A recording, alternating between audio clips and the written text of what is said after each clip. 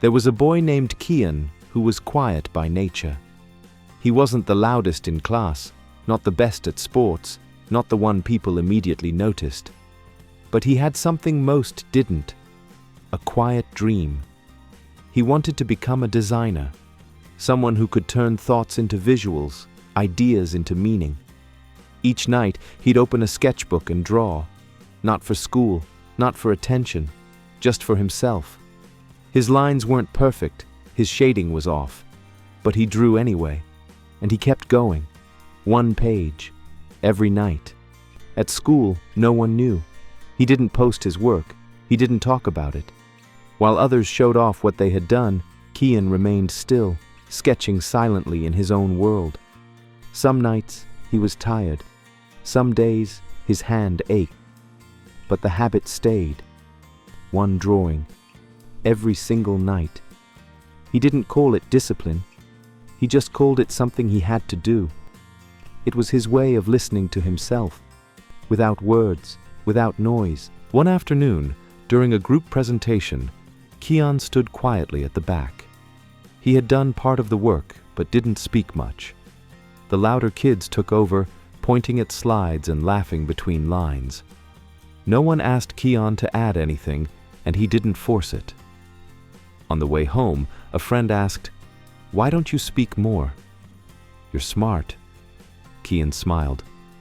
"I just prefer doing things instead of talking about them." That night, like always, he drew. But this time, something felt off. He looked at the same old lines, the same black ink, and for a moment, a voice inside him whispered, "Does this even matter?" He paused, looked at the page, thought about all the days he had shown up without applause, without recognition, and he almost closed the sketchbook. But something made him pick the pen back up, because deep down, a part of him knew growth doesn't make noise. It happens in silence, in repetition, in those moments when no one claps. But you keep going anyway. Days turned into weeks. Kian's sketchbooks piled up, quiet trophies of effort no one saw. While others chased validation online, he was building something deeper, something internal. His progress wasn't dramatic. It was subtle, gradual, real. Then one day, something changed.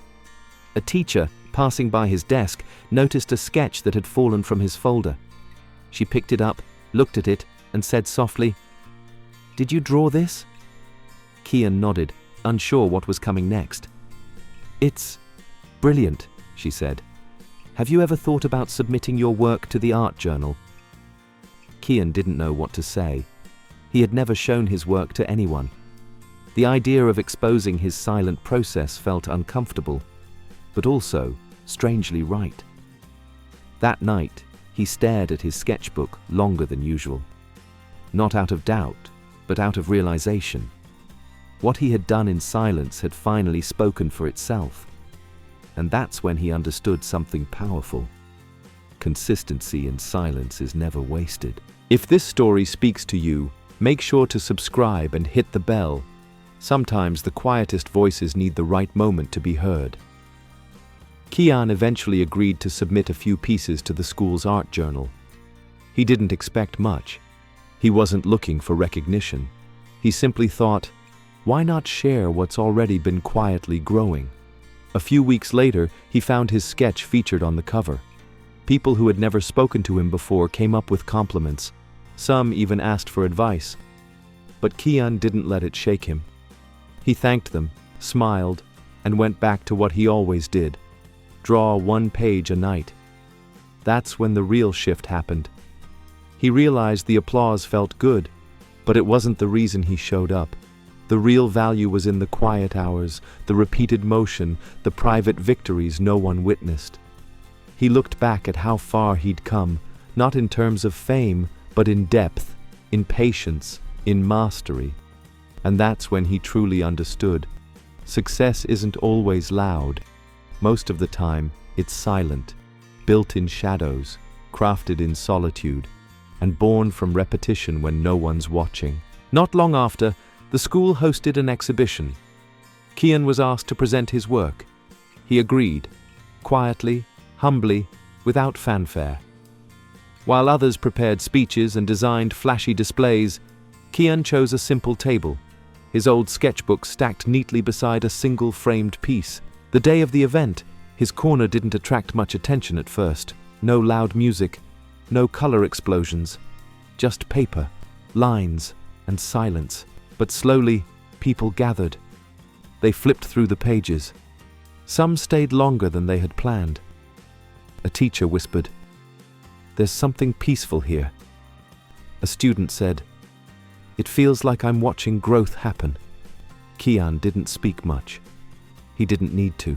That night, walking home under dim streetlights, he thought about all the nights when he almost gave up, the quiet doubt, the voice that said, "No one cares," and how he kept going anyway.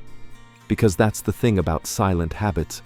They grow like roots, slowly, invisibly, until one day they hold up something bigger than you ever expected.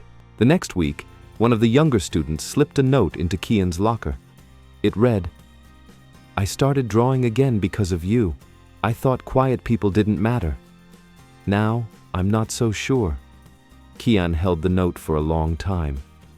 It wasn't about pride. It was about connection. How something done quietly, consistently, and without intention to impress had somehow reached someone else. Not through loud motivation, but through example. He realized then that habits aren't just personal. They ripple. The ones we build in silence become invisible threads in other people's lives. Kian didn't become famous. He didn't suddenly change schools or gain thousands of followers. What changed was deeper. He trusted himself more. He had proof that staying consistent, even when no one notices, creates results that last. That night, he opened a fresh sketchbook. Page 1. Blank, like always. But he smiled, because now he understood the real strength wasn't in the drawing, it was in showing up to draw. Over time, Kian's name became familiar, not because he spoke the loudest, but because he kept showing up. Teachers began asking him to mentor younger students. A local art magazine invited him to submit a few pieces. Still, he kept his rhythm. Still one page, every night. No shortcuts, no skipping. He never called it talent. He never said he was special. In fact, whenever someone praised him, he'd say, "I just kept going." People often wait for some magical burst of motivation, a big moment. But Kian had learned the opposite. That success is less about sudden sparks and more about small, silent fires that never go out. In a world obsessed with speed, he had chosen patience. In a world of noise, he had chosen stillness. And in a world of instant result, he had chosen the long road. And now, that road was leading somewhere. Not flashy or fast, but real.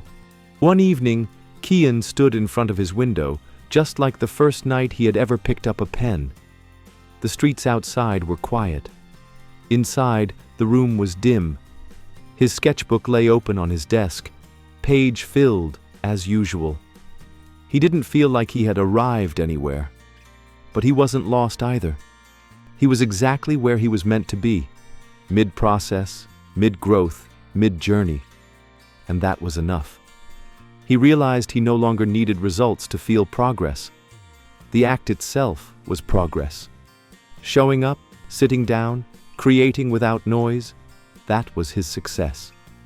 The world didn't need to clap for it to be real.